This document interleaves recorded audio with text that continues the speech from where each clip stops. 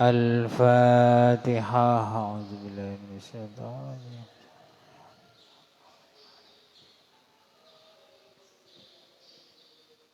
rajim.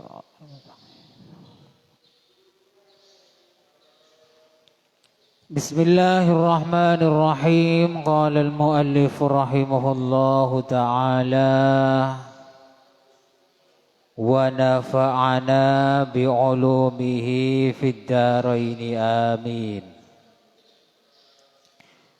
Karena ini masih suasana lebaran, saya selama ini yang mengisi kuliah subuh mohon maaf lahir dan batin.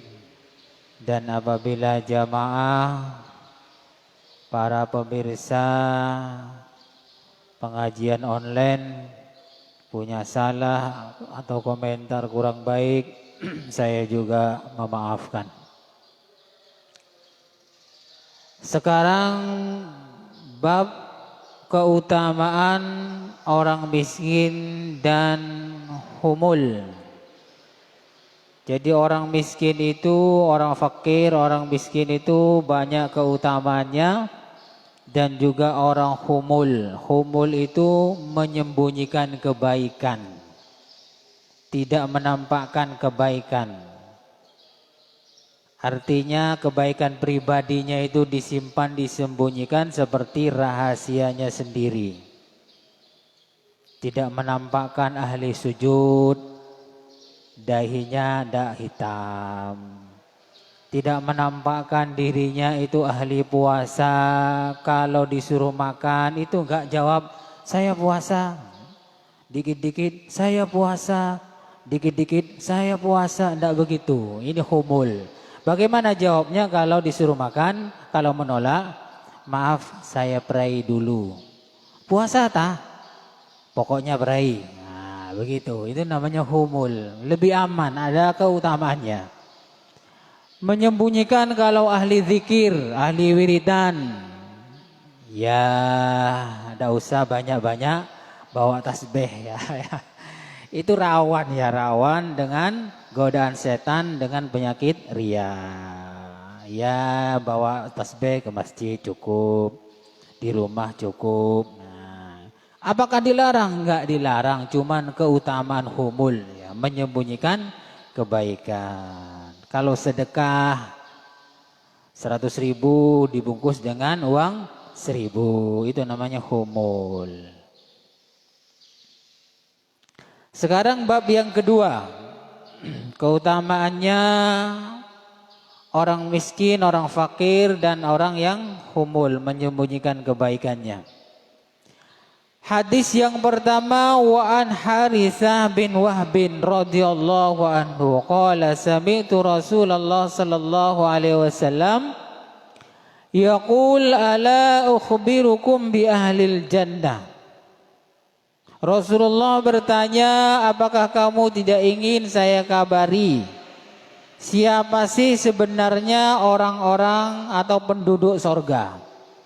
Jadi yang menjadi mayoritas penduduk sorga itu siapa sebenarnya? Kamu udah ingin tahu ya? Ini pertanyaannya Rasulullah kepada sahabat. Ya sahabat jelas menjawab, iya.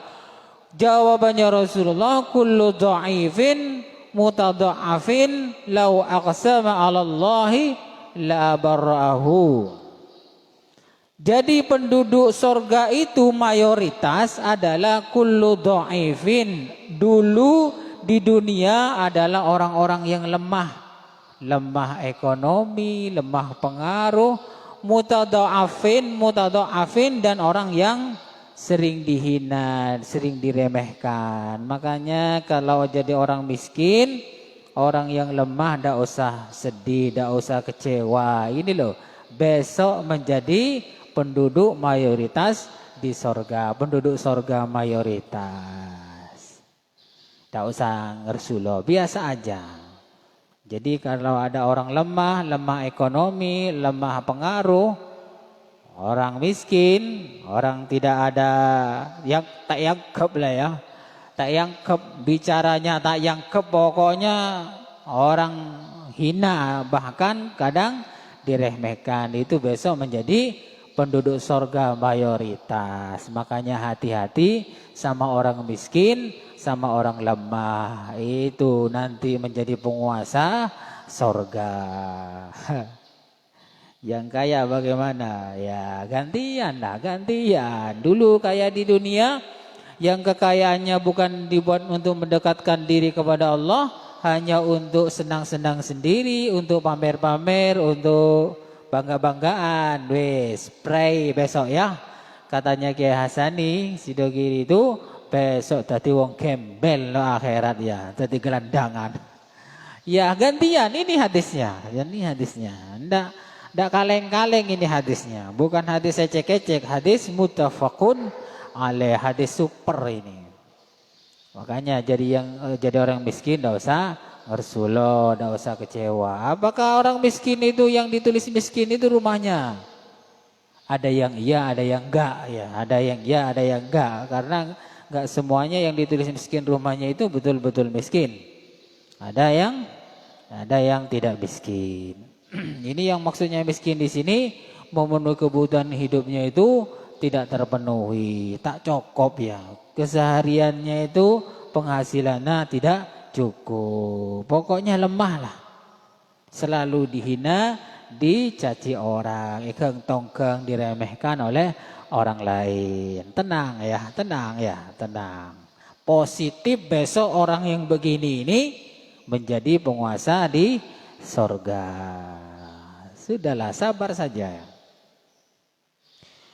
Kemudian Rasulullah sallallahu alaihi wasallam bertanya lagi, "Ala ukhbirukum bi ahlin nar?"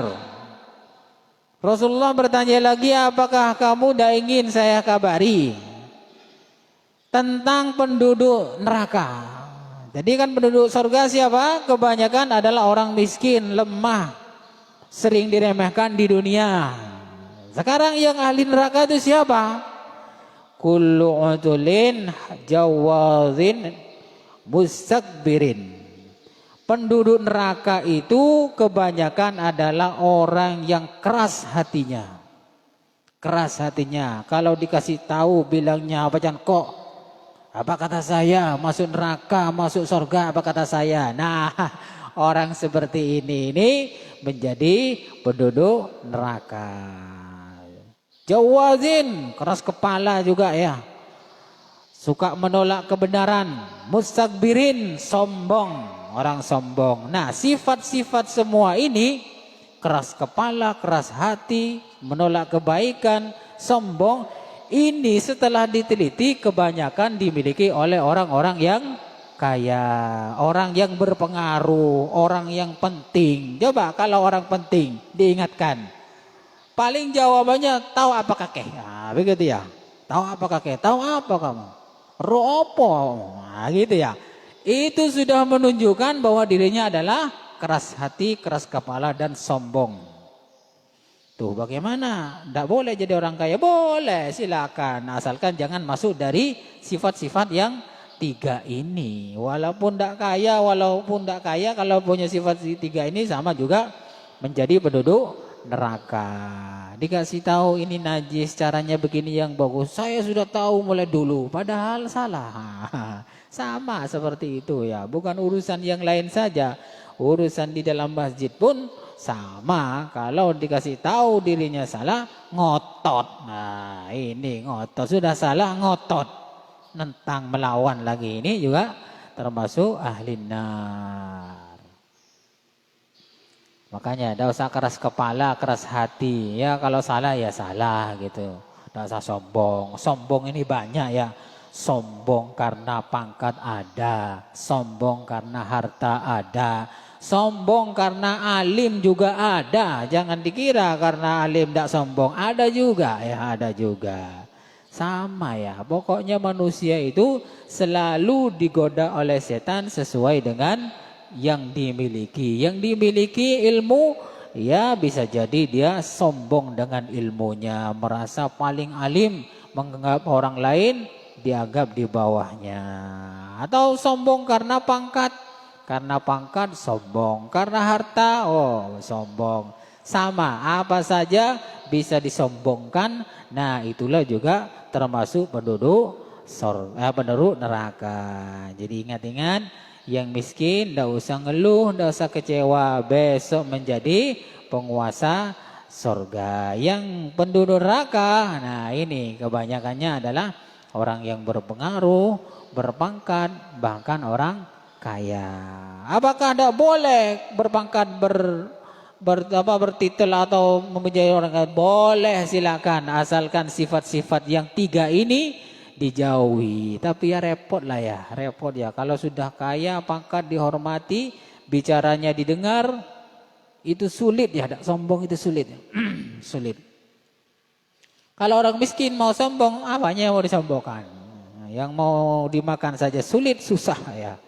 Apa aja yang mau disombongkan? Ya diamin aja.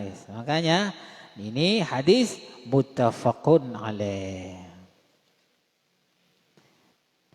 Hadis yang kedua, wa an Abil Abbas Sahal bin Sa'ad As-Sa'idi radhiyallahu anhu.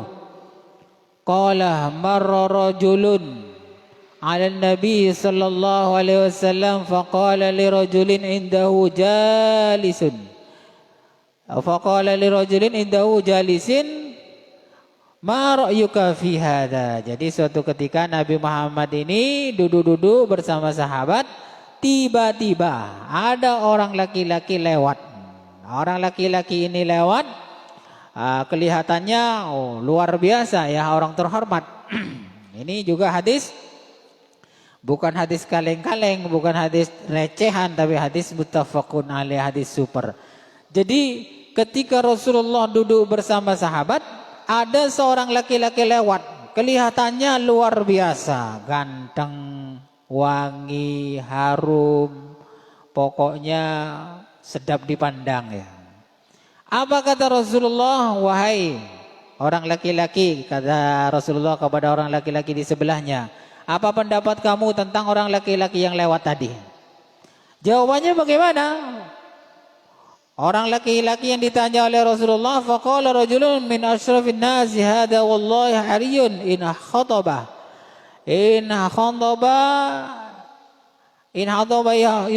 yuhkah wa in syafa'a yushfa. Orang ini orang penting ya Rasulullah. Orang hebat, orang berpengaruh, ngomongnya didengar. Kalau ngelamar orang pasti diterima. Kalau ngomong ngidul, orang ngidul. Kalau ngalor, ngalor. Nah, penting ini ya Rasulullah. Positif ini Rasulullah, katanya sahabat Rasulullah. Positif ini, positif apa? Ini orang penting, orang terhormat dan dimuliakan oleh banyak orang. Fasakata Rasulullah sallallahu alaihi wasallam, kemudian Rasulullah diam.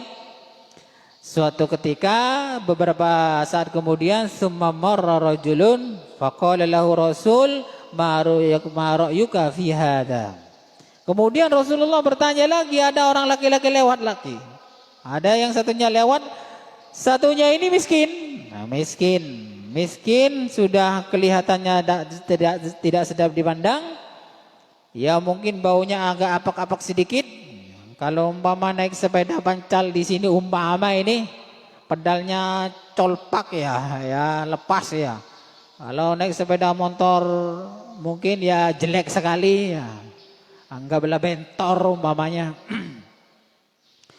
Rasulullah bertanya kepada sahabatnya, kalau menurut kamu ini orang laki-laki bagaimana? Katanya ya sahabat yang ditanya, ini positif ya Rasulullah. Ini orang miskin ini tidak pengaruh, kalau ngomong pasti gak didengar. Jangankan berjuang berdakwah, ngomong aja pasti gak didengar. Tegubris ya, tidak dihiraukan oleh orang lain. Tapi apa kata Rasulullah? Hada khairun min mil'il ardi misla hada muttafaqun alaih. Justru yang nomor 2 ini laki-laki yang kelihatannya miskin, tak berpengaruh, ngomongnya nggak didengar, kebaikannya selalu tidak dihargai. Kalau ngomong selalu tidak dihiraukan oleh orang lain, ini justru lebih baik daripada bumi serta isinya. Coba isinya bumi apa saja? Uang, emas, harta karun, harta sembarang wis. Tambang, perkebunan, semua kekayaan alam ada di situ.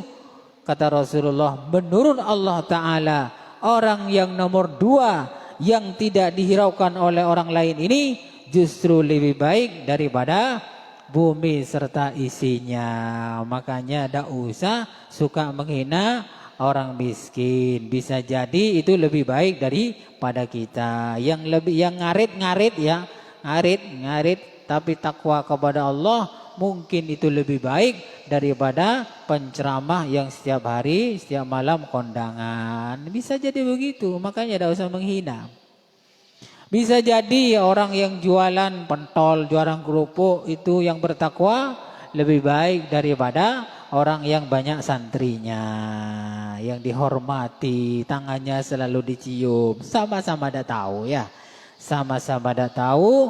Makanya kita ini hati-hati sama orang miskin. Bisa jadi itu lebih baik daripada kita menurut Allah Subhanahu wa Ta'ala. Tidak usah sombong. Kalau melihat begini nih ya, kita insya Allah itu kesombongan itu merendah ya, menjadi berkurang ya. Karena apa? Yang miskin itu mungkin jauh lebih mulia di hadapan Allah daripada yang kaya. Yang tidak terhormat mungkin lebih baik menurut Allah daripada yang selalu dihormati. Sama-sama ada tahu. Cukup sekian dulu, kurang lebihnya saya mohon maaf. Mudah-mudahan bermanfaat. Wallahu a'lam bishawab. Al-Fatihah.